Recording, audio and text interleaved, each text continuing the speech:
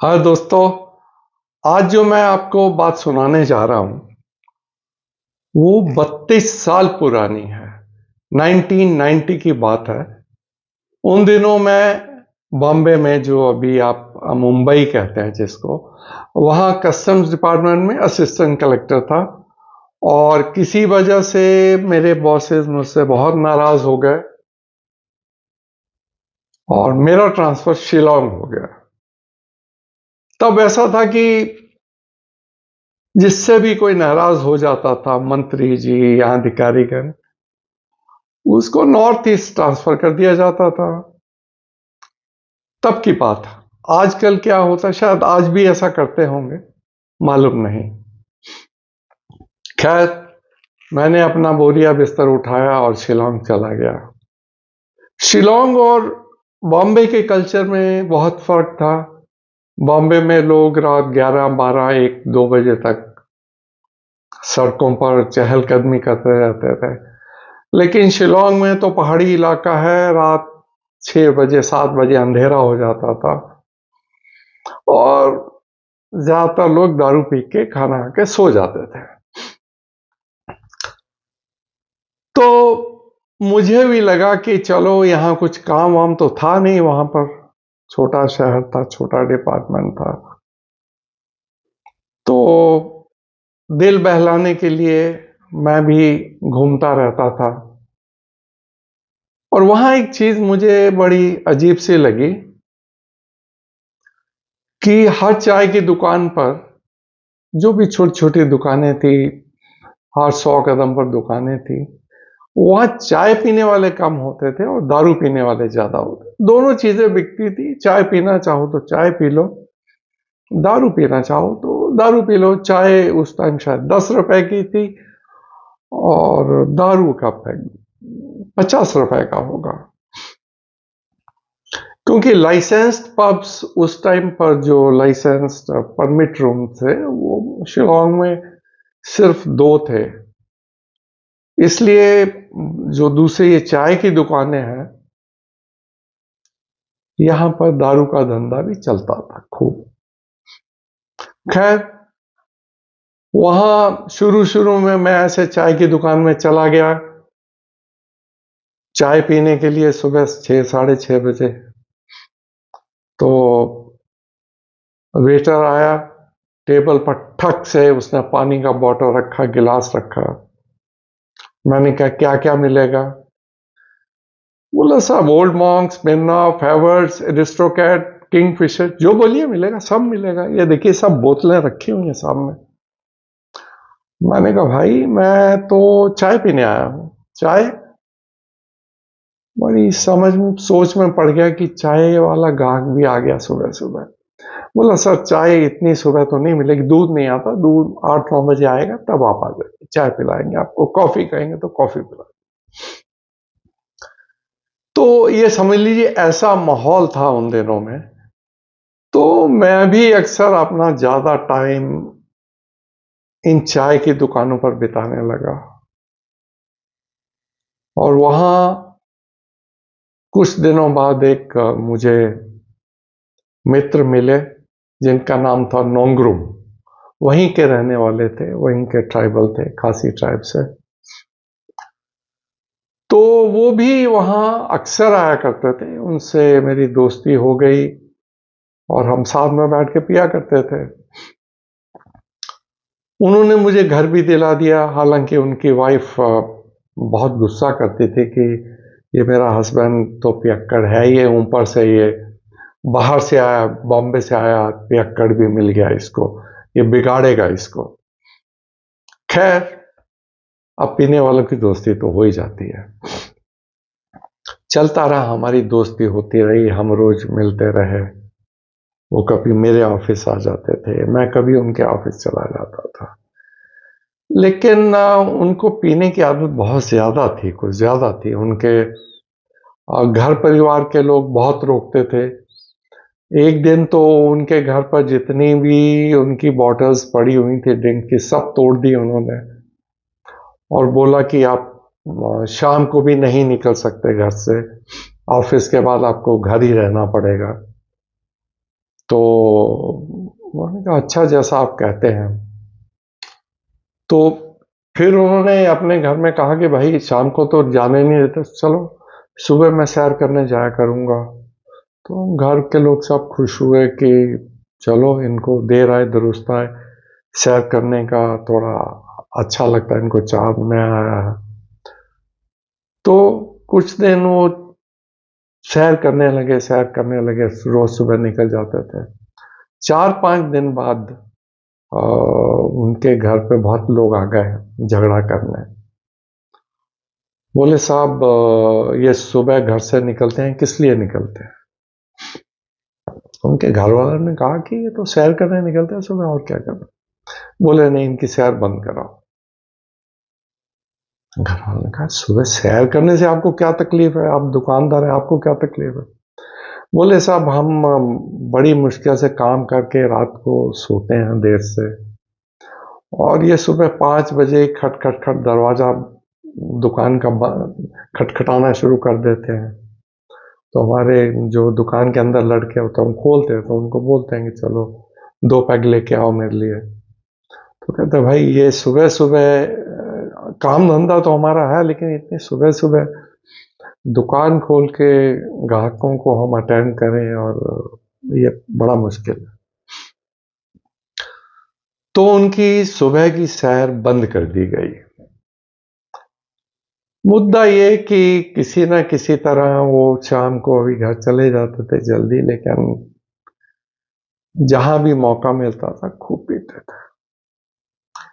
उसका असर ये हुआ कि बहुत बीमार पड़ने लगे।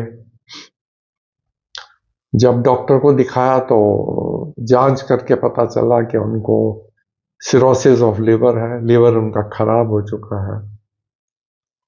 और डॉक्टर ने बोला, मैं भी उनकी फैमिली के साथ ही था, कि ये अब ज़्यादा दिन नहीं चलेंगे, शराब से इनका लिवर खराब हो चुका है। बड़ा दुख हुआ मुझे कि यार, मेरा एक दोस्त था और ये ऐसी मुसीबत में पड़ गया। तो मैंने सोचा कि इसकी कुछ मदद करनी चाहिए, इसको दारू से हटाना चाहिए। शायद मुझे भी हटना पड़े तो मैं हट जाऊंगा, लेकिन इसकी जिंदगी इस तरीके से बर्बाद नहीं होने दूंगा। इसकी बीवी है और छोटे छोटे बच्चे हैं, क्या करेंगे इसकी डेथ के बाद? तो किसी तरह उनको मैंने इमोशनली उनसे बात की, नोंगरुम से। नोंगरुम उनका नाम। देखो नोंगरुम, तुम मुझे कहते हो कि मैं तुम्हारा बड़ा भाई हूं, तो एक बात मेरी मान लो। नोंगरुम को मालूम था मैं क्या कहने वाला हूं, लेकिन उन्होंने बोला बोलो क्या बोलते, बोलो। मैंने कहा तुम शराब पीना छोड़ दो कुछ दिन के। नोंगरुम ने कहा अच्छा, छोड़ देता हूं। लो, छोड़ दिया, अभी छोड़ दिया। मैंने कहा यार, सोच समझ के बात कर, वादा कर। तो नोंगरुम को बहुत बुरा लगा। उसने कहा तुमने कभी किसी खासी को अपने वादे से हटते हुए देखा है? और खासी वहां का जो लोकल ट्राइब है उसको कहते हैं। मैंने कहा देखा तो नहीं, लेकिन आज देखूंगा, कुछ घंटों में देखूंगा। मुझे लग रहा था कि अभी गर्मा गर्मी में ये यहाँ कर गए हैं, लेकिन शाम होते होते फिर गिर पड़ेंगे। फिर वो चाय की दुकान पर 2 पैक पीने को पहुंच जाएंगे। तो मेरी बात सुन के उनको बहुत ठेस लगी, बहुत दुख हुआ, लेकिन कुछ बोले नहीं। फिर वो घर चले गए, मैं भी अपने घर चला गया। मैंने भी उस दिन नहीं पिया, और सोचता रहा कि भाई उनसे छुड़ा के मैं पीऊं तो वो भी ठीक नहीं है। एक एक जेंटलमैनली बिहेवियर नहीं है, एटीट्यूड नहीं है। तो अगले दिन क्या हुआ कि नोंगरुम को विड्रॉल सिम्टम्स शुरू हो गए। अब शराब पर उनको फिजियोलॉजिकल डिपेंडेंस भी थी, साइकोलॉजिकल डिपेंडेंस भी थी। तो जो लोग बहुत सालों से कोई नशा करते हैं और एकदम से उसको बंद कर देते हैं तो विड्रॉल सिम्टम्स आते हैं। विड्रॉल सिम्टम्स में क्या होता है, उल्टियाँ आ जाती हैं, चक्कर आने शुरू हो जाते हैं, डायरिया शुरू हो जाता है, आदमी बहुत चिड़चिड़ा हो जाता है, ये सब तकलीफें बहुत ज़्यादा हो जाती हैं। तो डॉक्टर को बुलाया गया, डॉक्टर ने देखा, उसने कहा हालत तो बहुत नाजुक है। शाम तक हालत और बिगड़ गई, एक और बड़े डॉक्टर को बुलाया गया। तो उसने कहा कि क्या कारण, क्या इन्वेस्टिगेट किया तो सबने बताया कि ये बहुत शराब पीते थे, अभी कल शाम से इन्होंने पीना बंद कर दिया है और इसलिए बहुत तकलीफ हो रही है। तो उसने पूछा कब से पी रहे थे, तो परिवार ने बताया कि 40 साल से पी रहे थे, रोज पीते थे, सुबह शाम। तो डॉक्टर ने बड़े गुस्से से कहा कि एकदम से उनको झटके से छुड़ाने की क्या जरूरत है, आपको सोच समझ के ये कदम लेना चाहिए था, मेडिकल एडवाइस लेना चाहिए था, नहीं तो थोड़ा थोड़ा काम करके इसको करते। एकदम अब्रप्टली करने से अभी बहुत हालत जो है बड़ी चिंताजनक हो गई।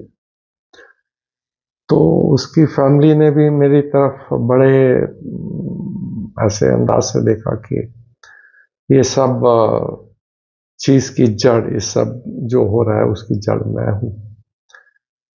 लेकिन मैं भी, मुझे समझ नहीं आया कि मैं क्या कहूं, क्या करूं। जब डॉक्टर चले गए तो मैंने सोचा कि नोंगरुम को एक पैक दे देते हैं, उसका जो विड्रॉल सिम्टम्स है थम जाएंगे, थोड़ा रिलीफ मिलेगा, और इतनी जल्दी भी क्या है शराब छुड़वाने की। तो मैंने बड़े मुस्कुराते हुए एक एक क्वार्टर में ले गया था साथ में, ऐसी इमरजेंसी के लिए। तो मैंने उनको एक पैक डाला गिलास में। मैंने कहा डॉक्टर साहब ने कहा है कि आप थोड़ा थोड़ा धीरे धीरे छोड़ना चाहिए, आप ये पैक पी लीजिए। डॉक्टर ने कहा है कि इसमें कोई नुकसान नहीं है, अभी अच्छा ही रहेगा आपके स्वास्थ्य के लिए। नोंगरुम ने सिर झटक दिया, नहीं। उन्होंने वादा किया था, अपने वादे से अब हट नहीं सकते थे। कोशिश बहुत की, उनके फैमिली ने भी कहा कि चलो एक पैक पी लो, शायद आपको कुछ थोड़ा रिलीफ मिलेगा। लेकिन उन्होंने साफ मना कर दिया, नहीं, वादा कर दिया है तो नहीं पिएंगे। चलिए, फिर उसके बाद हालत और खराब होनी शुरू हो गई और मुझे मन ही मन संताप होने लगा कि मैंने उनको ऐसी स्थिति में क्यों डाल दिया। शराब बंद करनी थी, शायद धीरे धीरे कर लेते या कोई और तरीका डाल देते। जिस तरीके से मैंने उनको उनसे कमिट करवाया, उनसे एक वादा लिया कि वो शराब नहीं पिएंगे, शायद उसकी वजह से ये सब प्रॉब्लम, बहुत बड़ी प्रॉब्लम खड़ी हो गई।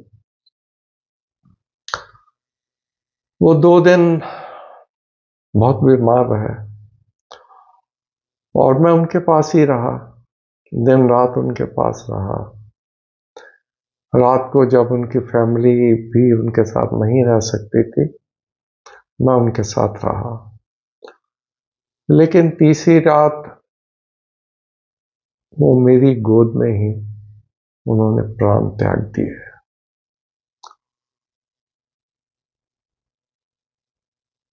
उनके परिवार वाले मित्र सबने मुझे ही दोषी माना कि ये जब सब हुआ है उसका मैं ही जिम्मेदार हूं। और आज भी मुझे लगता है कि शायद नोंगरम की इस समय अनटाइमली डेथ की जिम्मेदारी मेरी है, और मैं इस गिल्ट फीलिंग से आज तक बाहर नहीं निकल पाया। बस दोस्तों, इतनी ही सी कहानी थी। Thank you.